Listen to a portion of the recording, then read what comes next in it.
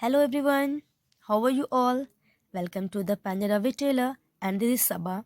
Guys, today we will discuss a new lesson which name is Kathmandu and this is written by Vikram Seth. Guys, before start the lesson, let's come to know something about the writer Vikram Seth.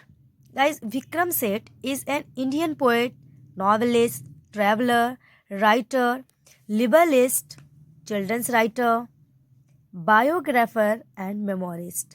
He was born on June 20, 1952, to Leela and Prem Seth in Kolkata. His family lived in many cities, including the Bata Shoe Company town of Batanagar, Danapur near Patna, and in London. Guys, he wrote The Golden Gate in 1986, A Suitable Girl in 2013, The Frog and the Nightingale in 1994, and he also wrote children's book. He got Padam Shri in literature and education in 2007. Guys, in this lesson, Vikram Seth describe a long journey from China to India via Tibet and Nepal.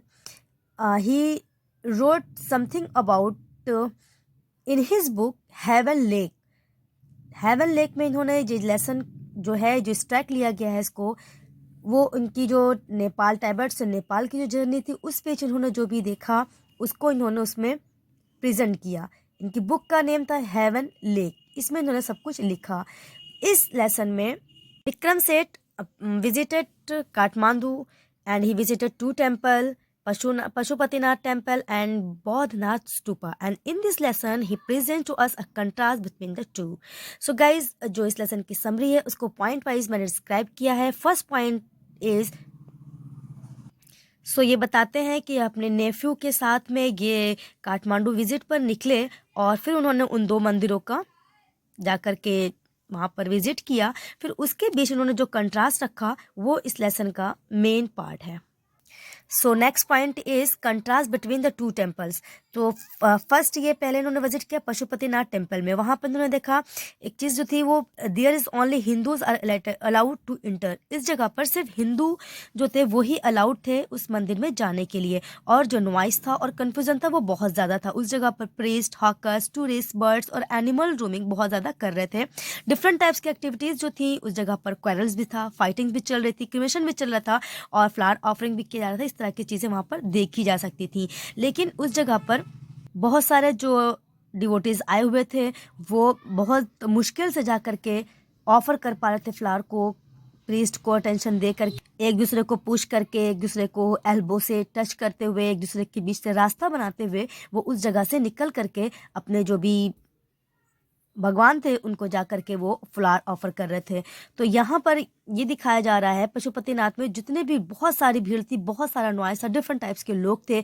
तो जो main gate था वो वहाँ पर कुछ जो saffron clad के जो वेस्टर्न से जो कि बाहर के जो लोग रहते हैं वो आकर के वहाँ पर स्ट्रगल कर रहे थे, परमिशन ले रहे थे पुलिस वालों से कि उनको इंटर किया जाए अंदर, क्योंकि वहाँ पर सिर्फ हिंदूज के लिए अलाउड किया गया था. और ऐसा चल रहा था कि शायद वो किसी दूसरे उसके थे तो उनको नहीं दिया जा रहा था. वहाँ पर बहुत सारी फ्लाइट हो रही थी मंकीज़ के बीच में भी.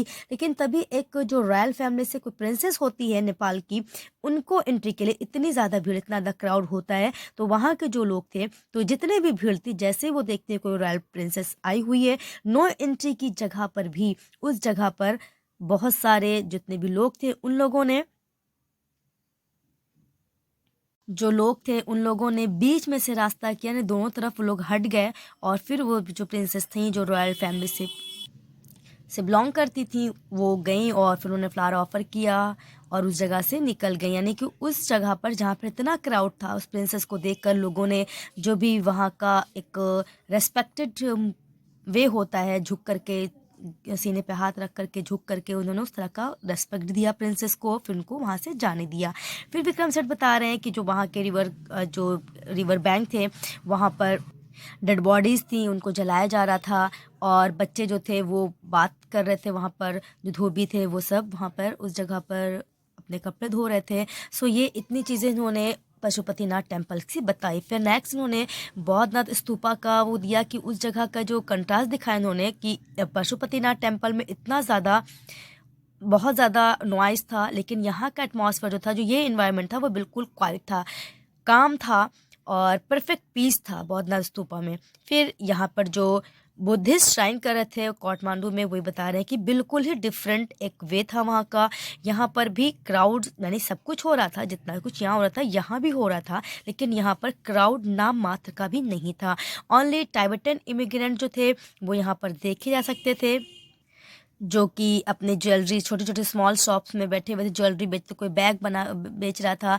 जितनी भी चीज़ें वहाँ पर हो रही थी, इस जगह पर भी सब कुछ था। लेकिन इधर कंट्रास्ट क्या दिखाया कि एक जगह पर पूरी तरह से शांति थी और एक जगह पर बहुत ज़्यादा शोर था। नेक्स्ट हमारा जो पॉइंट है वो बाज़ार है, the bazaar of Kathmandu. So Kathmandu is a very lively, wealthy and religious place. We can see all sort of things: fruit, flute, western cosmetics, chocolate, copper, utensil being sold by hawkers and shopkeepers.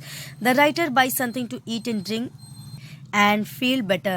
So यहाँ पर इन्होंने काठमांडू की जो बाज़ार थे वहाँ का इन्होंने बताया कि बहुत ही ज़्यादा रिलीजियस कंट्री है नेपाल, और वहाँ पर बहुत सारे रिलीजियस पीपल्स थे, लेकिन वहाँ के बाज़ार में भी वेस्टर्न कॉस्मेटिक्स, चॉकलेट जो भी होता है वो सारा कुछ वहाँ भी बहुत ही अच्छी मात्रा में लोग बेच रहे थे और लोग वहाँ पर खरीद रहे थे। लास्ट पॉइंट है इस लेसन का, वो एक फ्लूट सेलर है और उसका जो फ्लूट्स था वो डिफरेंट कंट्री से ला करके वो बता रहे हैं यहाँ पर विक्रम सेठ कि writer specially attract by a flute selling playing on his flute from time to time. एक फ्लूट सेलर था, उससे बहुत ज़्यादा अट्रैक्ट होते हैं, जो कि टाइम टू टाइम वो अपनी फ्लूट को बजा रहा था और उस फ्लूट की जो ट्यून थी, उनको सुन के बाद राइटर कहते हैं कि वो सोचते हैं कि ये जो फ्लूट की ट्यून होती है, बांसुरी की जो धुन होती है, वो यूनिवर्सल म्यूजिक इंस्ट्रूमेंट मानते हैं उसको विक्रम सेठ।